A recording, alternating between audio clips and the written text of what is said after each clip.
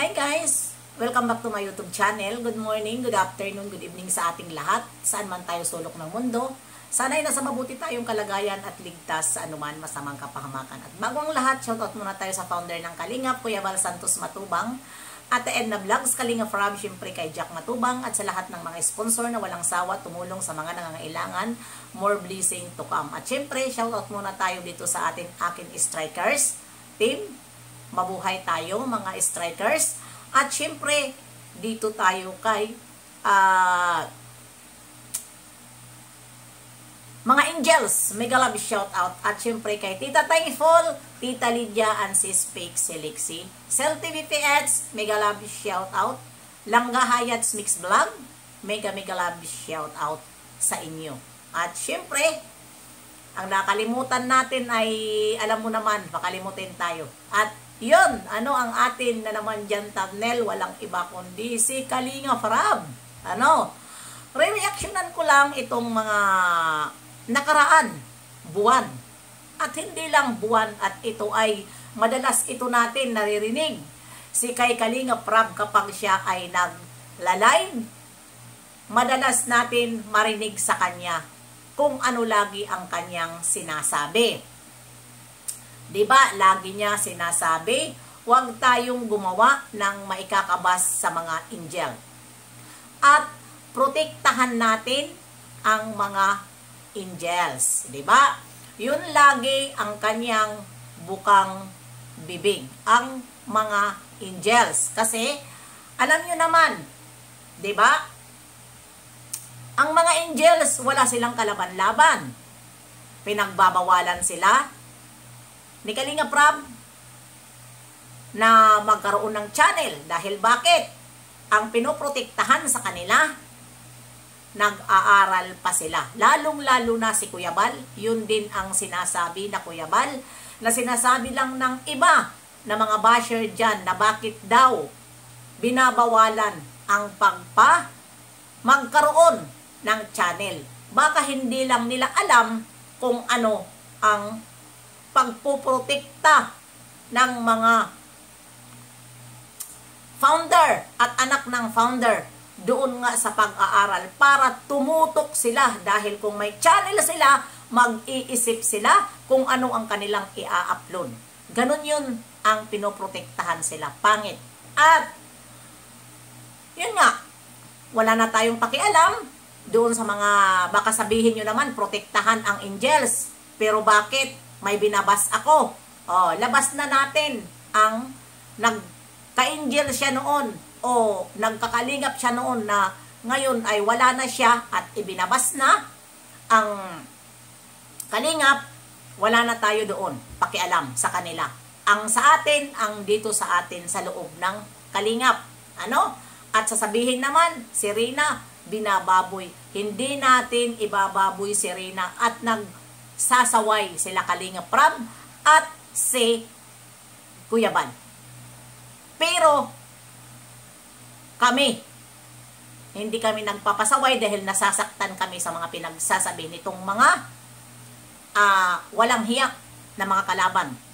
At yun na nga, dito tayo sa pagprotekta. Ayan, huwag tayo magbingi-bingian. Lagi po natin tandaan, lagi po natin ilagay sa kukuti. Huwag po tayo, kung ano ang gusto natin i-upload, mag-upload tayo. Diba? Minsan nangunguna pa. Kasi nandoon kay Kalingap Rob, puro nagpakatutok ang kamera. Nauuna sila mag-upload. Na yun naman talaga ang bawal. Tapos sasabihin, mayroon kami basbas. Kay Kalingap Rob ay natural. Hindi magsasabi si Kalingap Rob na wag, mahiya kayo. Dahil bakit? Kasama kayo magkasama kayo Nandyan kayo lagi sa bahay nila Diba? Mahirap magsabi. Pero kung kayo nasa kukote ang inyong hiya, isipin nyo dapat ang mga sinasabi na bawal is bawal. Diba? Kung sabihin man ni Kalingap Rab na pwede, isipin nyo, hindi lang kayo ang kalingap. Sino ang mababas? Kaya sumasaway kayo sa sinasabi ni Kalingap Rab. Sino ang mababas? Si Kalingap Rab. Sasabihin ng mga tao may priority si Kalingap Rab sa Kalingap. Yun ang tandaan nyo sa kukutin nyo. Nababas si Kalingap Rab ng dahil sa inyo, dahil matitigas. Kahit naririnig natin, kahit naririnig natin na bawal ang ganyan, pero ano ang ginagawa nyo? Hindi nyo sinusunod. Porket nagpapakita sa inyo si Kalingap Rab ng kabaitan, hindi nyo naiintindihan minsan, nasasabi yon ni Ate Edna.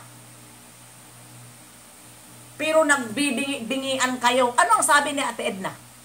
Siya minsan ang nagpuprotekta dahil kilala niya ang anak niya, hindi nakakapagsalita.